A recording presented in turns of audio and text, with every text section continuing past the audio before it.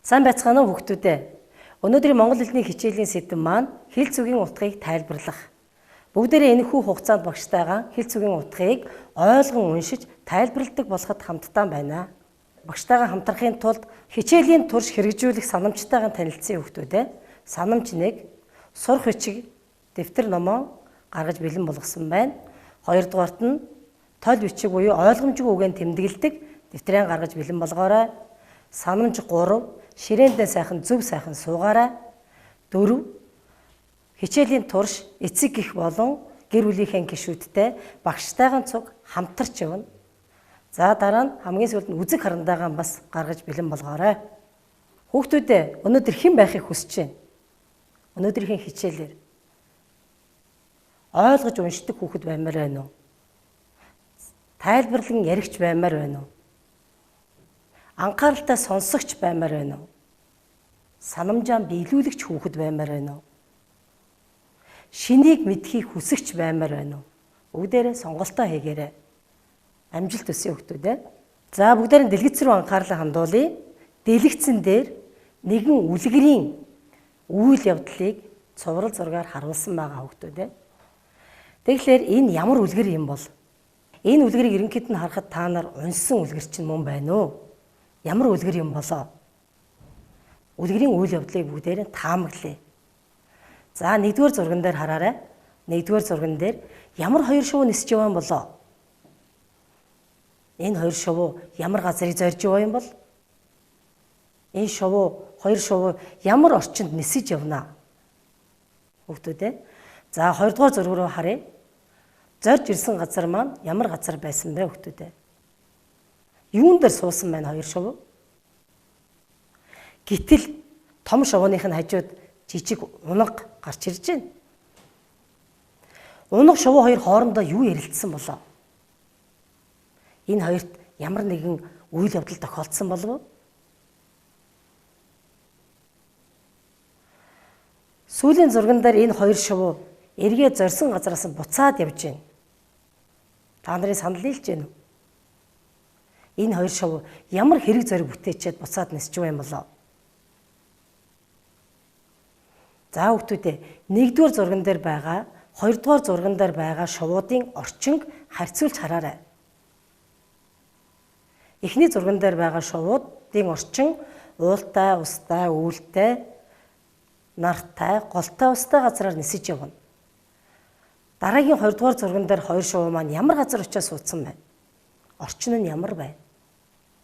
Ажиглаарай. За ингээд үйл явдлыг таамаглаж чадсан бол одоо бүгдээрээ анхааралтай сонсъё. Анхаарч сонсохын тулд бүгдээрээ багшийнхаа түрүүний тавьсан ярилцсан зурган дээр таамаглан харьцуулж бодож яваарай. Мөн эхлээд яасан бэ? Дараа нь юу болов? Хамгийн сүүлд нь ямар үр дүнд хүрв гэдгийг бас таамаглалдаа харьцуулан бодож сонсоорой хүүхдүүдээ. Эрдэм сурсан нь Монгол ардын үлгэр. Эрт цагт элээ чогчог хоёр эрдэм ном дуу сурахаар алсын алсад явх болжээ. Нисэн ниссээр зорьсон газраа хүрч гин. Тэгээд ээр мэх талд нэгэн чулуун дээр сууж эрдэм сурч эхэлжээ. Гэтэл илээний нойр нь хүрээд унтаад өгчээ. Энэ хугацаанд чогчог уйггүй оролцсоор маш их зүйл сурч авчээ. Харин илээ гинт сэртэл ихээсээ төөрсөн нялх унганы янцгаах дуу сонсогдож гин. Элээ зөвхөн түүнийг л сурчээ. Ийхүү чогчог их зүйл сурч олон янзаар дуугарч байхад элээ зөвхөн унах шиг дуугардаг болсон юм гин. За хүүхдүүдээ. Төрөнийхэн зурган дээр дэвшүүлсэн таамаглал чинь аль хэрэг сонирхолтой бөгөөд их нийцж байна. Хүүхдүүдээ одоо бүгдээрээ ойлгож уншъя. Ойлгож уншихад нэг саад гардаг. Ямар саад байдаг лээ? Ойлгомжгүй үг таарлах. Ойлгомжгүй үгийг яаж тэмдэглэж, яаж таамаглаж, яаж тол бичгээс хардгийг өмнөх хичээлүүдээр үзсэн хүүхдүүд. Тэгэхээр ойлгож уншихын тулд тэмдэглэгийг дэлгэцнээс хараарай. Ийм байдлаар тэмдэглэгээ хийж болно. Харин харандаага хэрэглэхээ мартваа. Сурах бичгийн 128 дугаар хуудас. За эхлэе.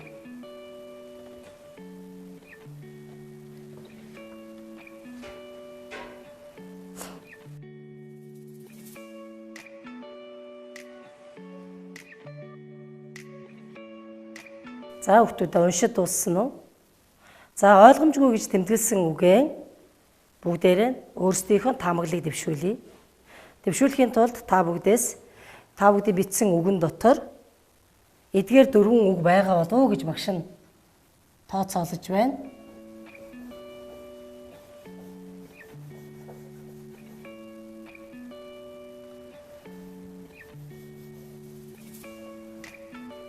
За уншаарай хүүхдүүдээ.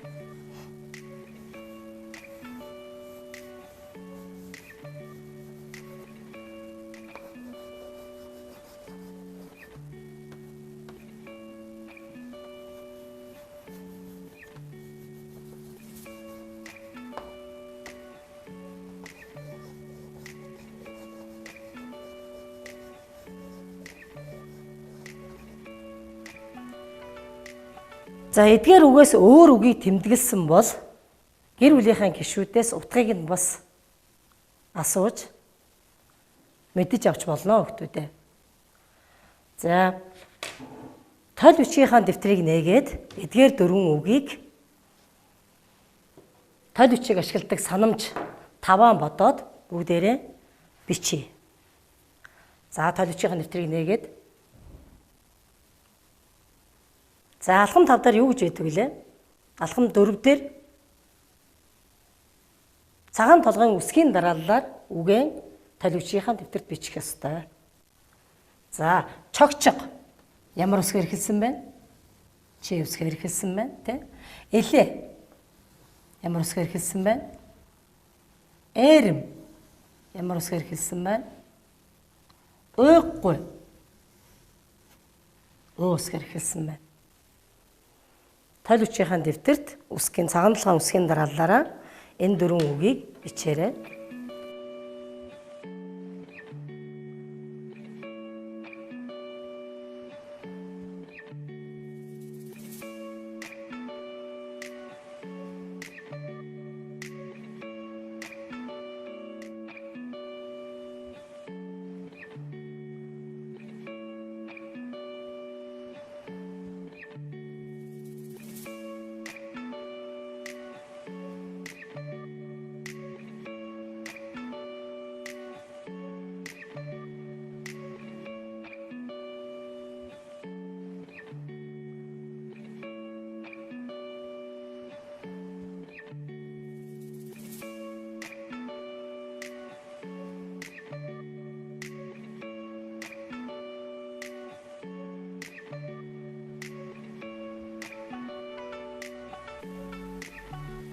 За тайлбар тол бичигтээ үгээ бичсэн бол одоо үгийнхаа тайлбарыг бичье. Бичихийн тулд мэдэж авахын тулд бүгдээрээ энэхүү 4 үгийнхээ утгын тайлбарыг уншиж жагаад эндээс таамаглая. Таамаглахын тулд эхлээд 4 үгээ дугаарлалчин хэдүүлээ. 2 3 4. За тайлбар үгийнхаа тайлбарыг мөн адилхан үсгээр тэмдэглэжээ.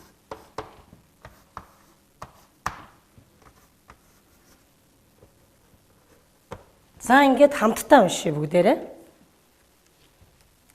А тайлбар, А үгийн тайлбар эдгээр 4 үгийн аль үгийнх нь тайлбар вэ гэдгийг бодож уншаарай. Болжимроос арай том, шавжаар хоололдог жижиг шувуу. За та бүгдийн бодлоор энд 2 шувуу байгаа. Чогчго байх болов, илээ байх болов? Болжимроос арай том гэсэн. За бодоод бүгдээрээ дэвтэртээ бас тэмдэглэгээ хийж болно. Хийхгүй бол бас дотроо тооцоолж бодоорой хүүхдүүдээ. За Б тайлбар. Зах хязгааргүй уудам талыг ямар тал гэдэг юм бэ? Ямар газар гэдэг хүүхдүүдээ. 1 2 3 4-ийн аль нь байх вэ хөгтөөдөө бодоорой. Таамаглаарай. За В үгийн тайлбар. Цөхрөлтгүй чармайх. Яахыг ингэж хэлдэг юм болоо? Таамаглаарай.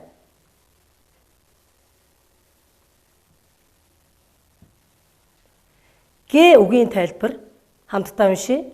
Жижиг хорхоо шавж идэж амьдардаг махчин амьд. За, эдгээр дөрвөн хоёр шувууны аль нь байж болох вэ? Таамаглаж амжсан хөлтүүд ээ. Энэ дөрвөн үгийн утгын тайлбар алинд нь одоо таарч байна вэ гэдгийг бүгдээрээ хамтдаа уншаад зөвийг тодорхойлъё. За, нэг болжмороос арай том шавжаар хоолддог жижиг шувуу бол чогчиг байх нэ.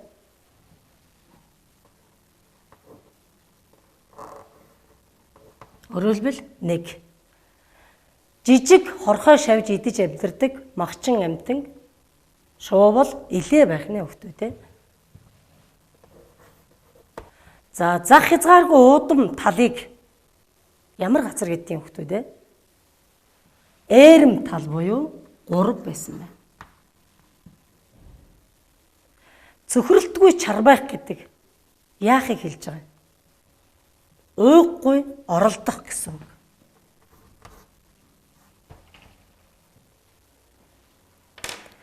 За ингээд үгийн тайлбарыг түрүүний бичсэн 4 үгнийхээ цагаан толгойн үсгийн дараалал бичсэн 4 үгнийхээ ардталд үгийн утгын тайлбарыг бичээрэй хөлтүүдээ.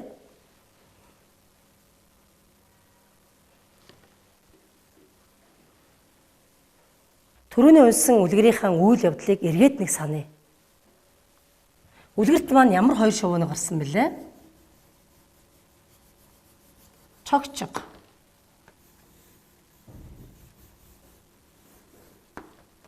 Илээ. Чогчиг, илээ хоёр юу сурахаар явсан бэ хөлтүүдээ? Дуу эрдэм сурахаар явсан шүү дээ.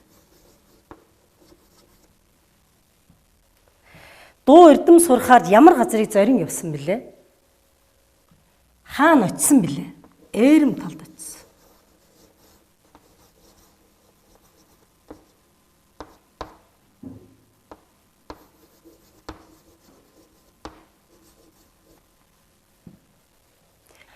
За, чогчиг илээ хоёр маань ээрэм талд очиод чогчиг юу хийсэн бэ?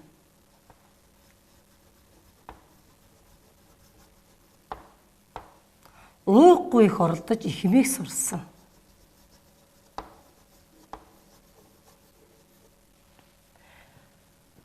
Уйггүй ордлогын үр дүнд олон зүйлийг сурсан.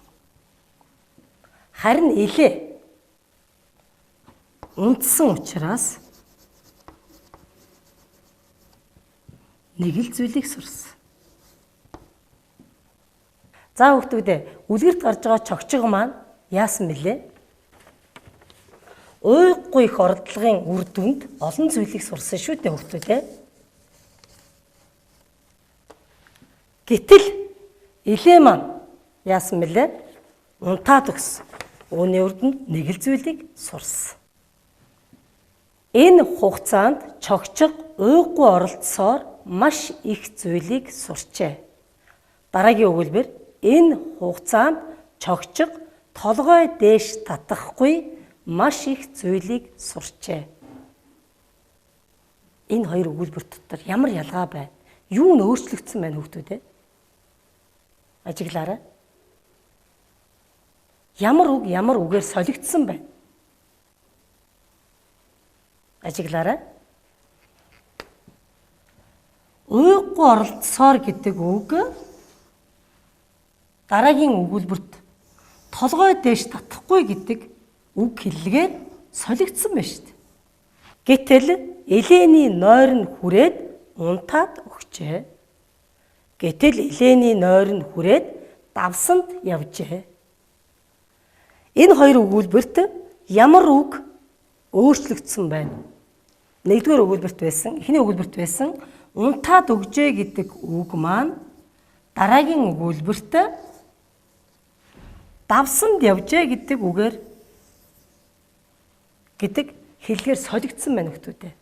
Өөрчлөгдсөн байна тийм ээ.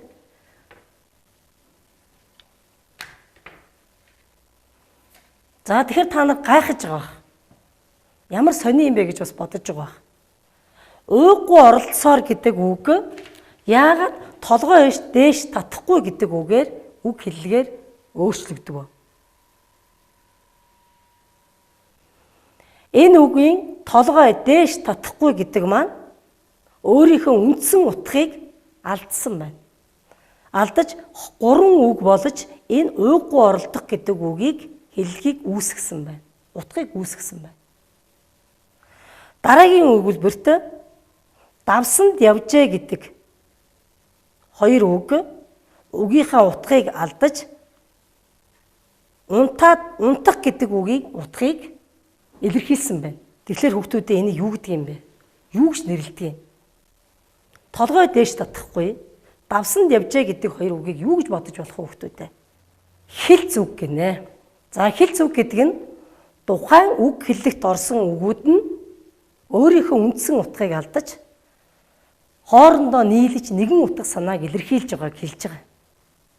За бүгдээрээ ингээд давтан уншия. Давтан унших явцдаа өнөөдрийн үтсэн хэлц үгийн утгын тайлбарыг ажиглаж анхааралтай бас сонсоорой. Эрт цагт элээ чогчиг 2 эрдэм ном дуу сурахаар алсын алсад явхулжээ. Нисэн нисээр зорьсон газараа хүрч гин.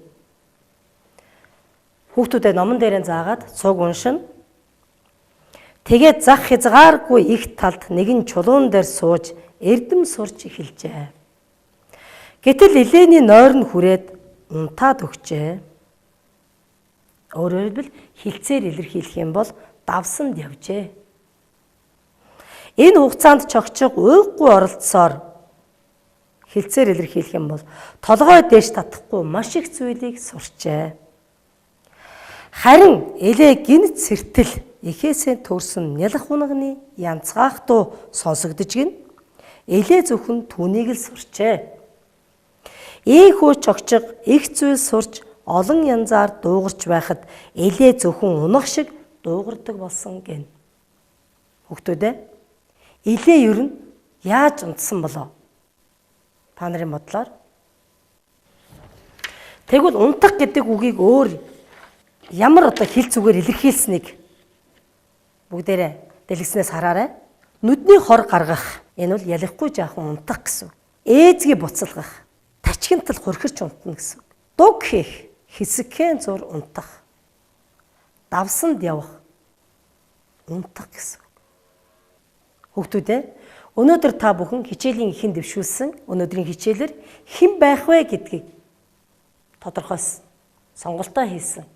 Тэгвэл өнөөдрийн хичээлд хэн байж чадав? Анхааралтай сонсогч байж чадсан уу? Ойлгон уншигч байж чадсан уу? Эцэг их гэр бүлийнхэнтэйгээ багштайгаа сайн хамтрагч байж чадав уу? Санамжаа биелүүлэгч хүүхэд байж чадсан уу? Шинийг мэдхийг хүсэгч байж чадсан бол өнөөдрийн хэлц үгийн тайлбарыг ойлгох хичээл маань байлаа.